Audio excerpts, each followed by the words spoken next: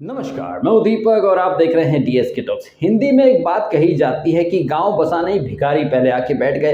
अंग्रेजी में एक बात कही जाती है कि never celebrate too early because a small moment can screw और चेंज योर लाइफ। ये जो बातें मैंने कही हैं, ये अगर किसी के ऊपर फिट बैठ रही है ना, तो मिस्टर मुनव्वर की जनता के ऊपर ये बातें फिट बैठ रही हैं।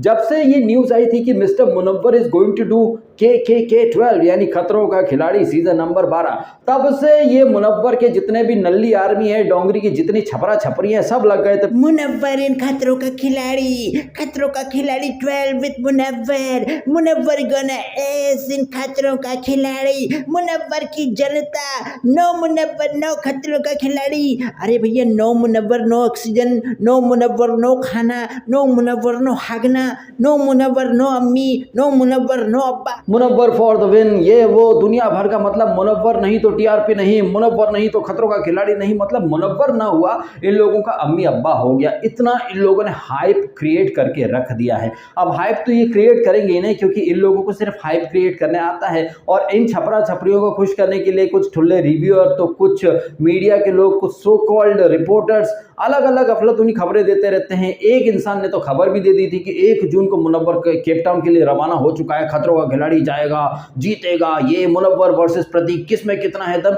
एक अलग ही कंपटीशन इन लोगों ने शुरू कर दिया था। तमाम लोगों ने अपने अपने तरीके से हाइप बनाने की कोशिश की, ख्याली पुलाव पका दिए, लेकिन हायरी फूटी किस्मत, न नौमन तेल हुआ और ना ही राधा नाची, क्योंकि अब ये पता चल चुका है कि मुनव्वर तो ये शो कर ही नहीं रहा। अब अगर आपने लॉकअप नाम का शो देखा है, जहां पर कंगना रनावत बैड एस की पीपड़ी बजाती रही और सबसे ठुल्ले खिलाड़ी को वहां पर बैड एस का टैग पकड़ा करके विनर बना दिया गया, ट्रॉफी दे दी गई। अच्छा, जब ये ट्रॉफी दी गई थी ना मुनव्वर को, तो मुनव्वर ने कुछ एक शायरी टाइप का कुछ एक ऐसे ही अपने आप की बड़ाई करने के लिए कुछ बातें कही थी। अंगार लेके आया, लेगेसी, आग। आप सुनिए पहले।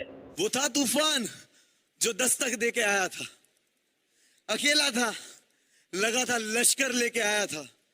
वो पूछेंगे किसकी है ये लोहे जैसी लेगेसी, कहना वो डोंगरी वाला आग लेके आया था। Wait a minute. Who are you? मस्त जोक, एकदम मस्त जोक मारा रे बाबा। लेगेसी, आग, अंगार। अरे तू अंगार नहीं बे, तू था एक नंबर का भंगार। क्योंकि अगर तेरे में अंगार होता और आग होती तो तू खतरों का खिलाड़ी में अब तक पहुंच चुका होता। वैसे आग और अंगार से याद आया, इसके तो कागज अंगार में राख हो चुके थे ना, कागज पत्तर तो इसके बाद थे ही नहीं। तो अब केपटाउन कैसे जाएगा भाई? केपटाउन जाएगा तो उसके लिए कागज वगैरह दिखाने पड़ते हैं, पासपोर्ट, वीजा। और अब देख लीजिए दोगलापन, सरकार अगर कागज मांगेगी तो नहीं दिखाएंगे, लेकिन जहां पर 4 पैसे कमाने का मौका मिल जाए वहां पर ये सारे कागज बाप दादा के भी दिखा देंगे। खैर, वो एक अलग चीज है, लेकिन यहां पर हम खतरों के खिलाड़ी की बात कर रहे हैं। खतरों का खिलाड़ी एक ऐसा शो है जहां आपको दुनिया भर के स्टंट्स कंप्लीट करने पड़ते हैं। आपको अपने डर पर काबू पाकर के वो स्टंट परफॉर्म करना पड़ता है। हारो जीतो वो अलग बात है। एंड वैसे भी जो खतरों का खिलाड़ी जो शो है ना, यहाँ पर विनर से ज्यादा जो लोग स्टंट अच्छा परफॉर्म करते हैं ना, उनकी तारीफ होती है। तो मुनव्वर के लिए ना ये शो बहुत अच्छी अपॉर्चुनिटी था। ऐसे में मुनव्वर फारूकी अगर ये शो नहीं कर रहा है और वह नहीं जा पा रहा है वहां पर, तो एक बात साबित हो रही है कि मुनव्वर फारूकी अपने दम पर कुछ भी नहीं कर सकता। उसे एक झुंड, एक लोगों की भीड़ की जरूरत तो पड़ती है। मुनव्वर फारूकी के ऊपर एक जो डायलॉग मैं अक्सर देता रहता हूं ना, संगठन में शक्ति है, अकेले में फटती है। वो मुनव्वर जो कि पूरे टाइम झुंड में चलता रहा, यहाँ खतरों का खिलाड़ी में झुंड कहां मिलेगा उसको? यहाँ तो स्टंट उसको कंप्लीट करने पड़ेंगे, और स्टंट कंप्लीट नहीं कर पाएगा तो वो हार जाएगा तो फिर नल्ली मुनव्वर की जनता को क्या मुंह दिखाएगा? इसलिए ना शो में जाओ और ना ही वहां पर स्टंट करने की जरूरत पड़े। अपने ख्यालों को दुनिया में बैड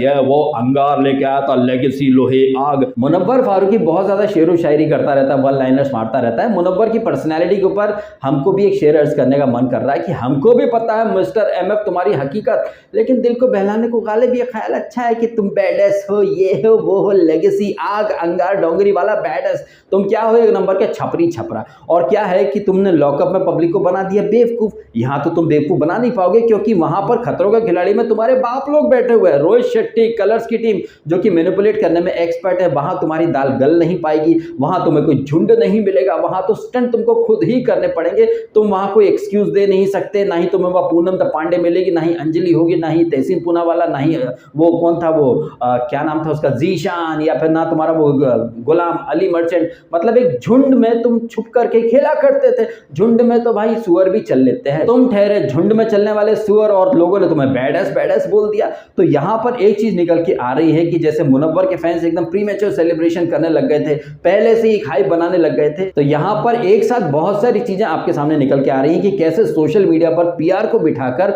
एक अलग ही हाइप क्रिएट करवा दिया जाता है। वो चीजें जो कहीं एग्जिस्ट ही नहीं करती हैं, उन चीजों के ऊपर इतनी ज्यादा लोग सेलिब्रेशन वगैरह करने लगते हैं कि मतलब हंसी आती है इन लोगों के दिमाग के ऊपर कि ये लोग खाने में क्या खाते होंगे। और मुनव्वर तो साबित कर ही रहा है कि खतरों का खिलाड़ी जैसा शो उसकी औकात के बाहर है, क्योंकि वो ठहरा झूठी मूठी कहानी सुनाकर सिंपैथी लेने वाला, वो ठहरा झुंड में चलने वाला एक ऐसा शो जहां पर खुद आपको अपने स्टंट कंप्लीट करने हैं बगैर किसी की मदद के।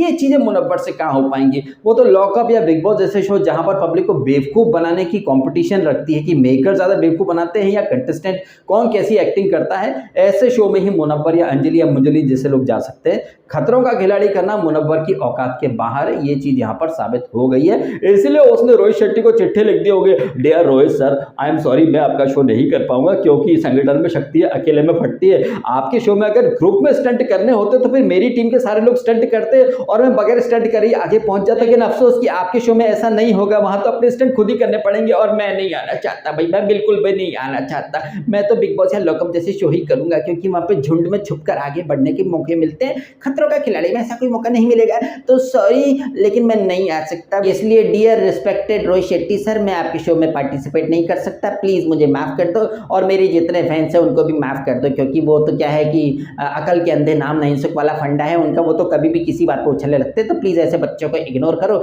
छपरे हैं साहब, उनको कहाँ सीरियसली ले रहे हो निब्बी निब्बास को। तो मैं आपके शो को नहीं कर सकता बिकॉज मैं उस लायक नहीं हूँ, ठीक है, ओके टाटा बाय बाय, खत्म। ये है हकीकत जिसकी वजह से मुनव्वर फारूकी खतरों का खिलाड़ी सीजन 12 नहीं कर रहा है। अब हो सकता है कि भैया मेरे इस वीडियो के बाद उनकी पीआर टीम कुछ नया शिगुफा प्लान करे, उसे वाइल्ड कार्ड के तौर पर लाया जाए। चलो मान लेते हैं अगर वो वाइल्ड कार्ड बन के आ भी जाता है, तब भी वाइल्ड कार्ड तो कभी भी कोई शो नहीं जीत सकते। अगर वो वाइल्ड कार्ड बन के आता है तो उसके फैंस इस चीज को ऐसे बोलेंगे, अरे मेकर्स वाइल्ड कार्ड को वैसे भी नहीं जिताते। भाई खतरों के खिलाड़ी हो या बिग बॉस, वहां मेकर्स अपनी मर्जी से किसी न किसी को डे 1 से प्लान करते हैं विनर बनाने का। लेकिन वो लोग जो स्टंट अच्छा परफॉर्म करते हैं जैसे कि दिव्यांका त्रिपाठी दैया, लोग अभी भी कहते हैं कि अपने सीजन की वो डिजर्विंग थी। मेकर्स भले ही बिजलानी को ट्रॉफी दे चुके हो, लेकिन वहां पर जो स्टंट सबसे अच्छा करता है ना, वो इंसान पब्लिक की नजर में हीरो बना रहता है हमेशा के लिए। तो यहां पर आप ये भी कह सकते हैं कि अगर वो जाता स्टंट में अपना 200% देता, भले ही वो स्टंट गिव अप हो जाता है या हार जाता है या कुछ भी होता, लेकिन पब्लिक जो रहती है वो ये चीज देखती है कि यार किस बंदे ने अपना 100% दिया है, कौन सा बंदा है जो आखिरी टाइम तक लगा रहा अपने स्टंट करने में। बाकी चीजें तो मेकर्स के हाथ में होती हैं। तो यहां पर एक काफी अच्छी अपॉर्चुनिटी थी मुनव्वर द फारूकी के पास कि वो दुनिया को दिखाता कि हाँ उसमें दम है। तो यहां पर अगर मुनव्वर फारूकी ये शो से अपने पैर वापस खींच रहा है तो वो साबित कर रहा है कि वो बस एक फ्लूक से और कंगना और एकता की दया से शो जीत गया लॉकअप, अदरवाइज वो डिजर्विंग मटेरियल बिल्कुल नहीं था। एंड जिस तरह से लॉकअप के जो कुछ कंटेस्टेंट है, पायल रोहात की, चलो वो तो खैर बोलेगी, शिवम शर्मा भी बोल रहा था सिद्धार्थ करण के इंटरव्यू में कि मुनव्वर कहीं से कहीं तक बैडस नहीं था, शो जीतने के लिए जो सच्ची हकदार थी वो तो पायल थी। तो अपने पीआर के बूते मुनव्वर खुद को भले ही 30 मार का समझे, लेकिन हकीकत में वो क्या है ये साबित हो चुका है। अगर वो इतना बड़ा 30 मार का होता तो खतरों का खिलाड़ी में अब तक पहुंच चुका होता, जहां पर ऑलरेडी 1-2 एलिमिनेशन की न्यूज आ चुकी हैं, सबके वीडियोस प्रोमोज ऑन एयर हो चुके हैं। लेकिन मुनव्वर फारूकी का कहीं से कहीं तक कोई पता नहीं है। ऐसे में कुछ लोगों ने ऑलरेडी प्रतीक वर्सेस मुनव्वर, और मुनव्वर तो 1 तारीख को पहुंच चुका है केप टाउन, ये वो मतलब कुछ भी। चलिए मैं करता हूँ वीडियो खत्म। आप कमेंट करके बताइएगा आपके ओपिनियन इन तमाम बातों के बारे में। अगर आपको वीडियो अच्छा लगा तो वीडियो को लाइक भी कीजिएगा। आपने समय निकाला, वीडियो देखा, आपका बहुत बहुत धन्यवाद। Thank you so much.